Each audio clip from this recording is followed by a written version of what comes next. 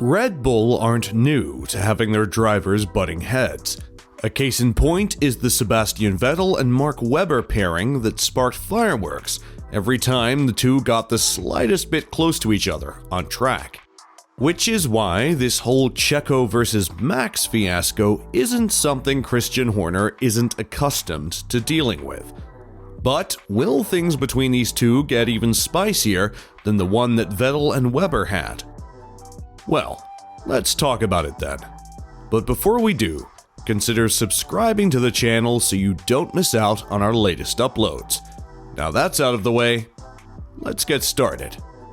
As we can all remember, this whole Checo versus Max rivalry started in Sao Paulo, where Verstappen defied team orders, which ultimately cost Checo finishing P2 in the Drivers' Championship.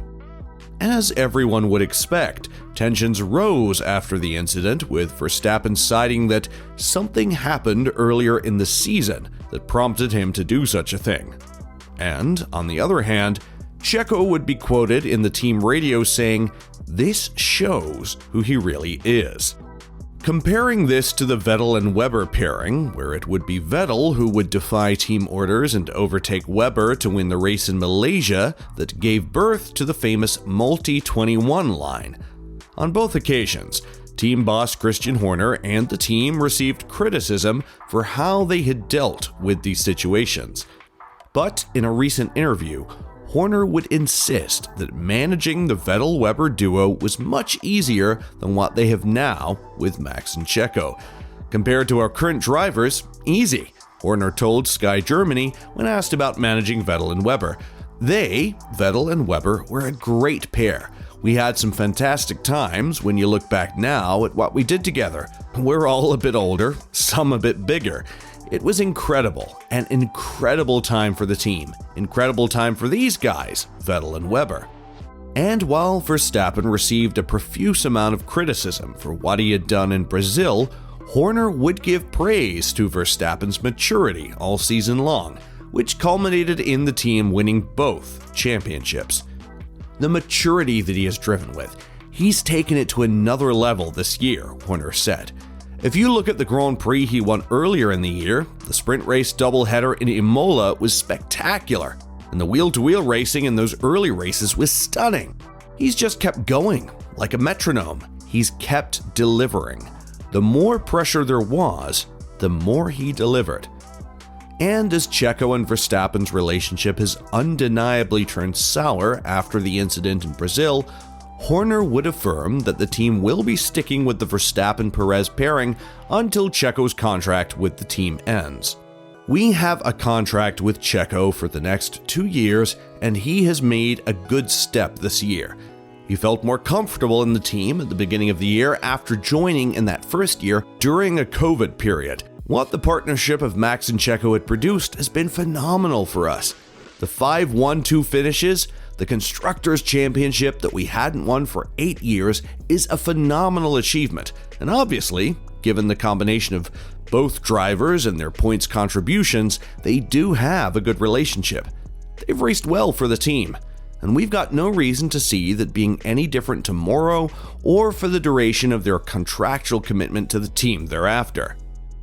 But even with Horner's assertion that nothing will change between their drivers, many pundits are still reporting that Verstappen will inevitably leverage his position in the teams to have Checo replaced, specifically by Daniel Ricciardo, who has just signed a contract to be the team's reserve driver for next season.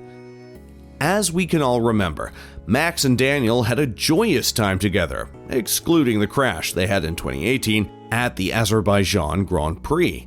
And on Wednesday, Verstappen would weigh in on Daniel's decision to return to Red Bull and say, "It would have been better for Daniel if he had stayed longer at Red Bull at the time. I did talk to him about it. It's also about feeling comfortable somewhere." That was no longer the case at one point.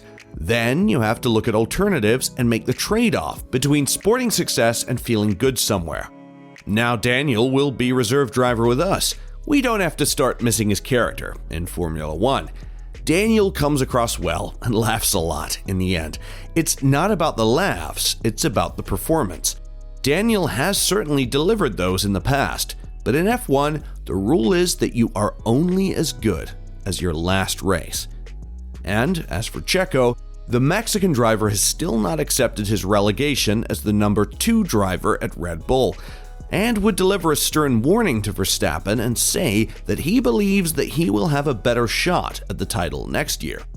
If I can fight for the title? Yes, I believe so. At the beginning of the year, if you look at it, I was behind Max in the championship and in terms of performance. It's just a matter of being more consistent, setting the car up better for me. But I'm still learning. It was just my second year with the team. I think I'm getting stronger and stronger. Obviously, Max was driving at a really high level this season. He's improved since last season and obviously doing a fantastic job. I have no problem with that. I just need to work hard, work more closely with my team, and try to beat him next year.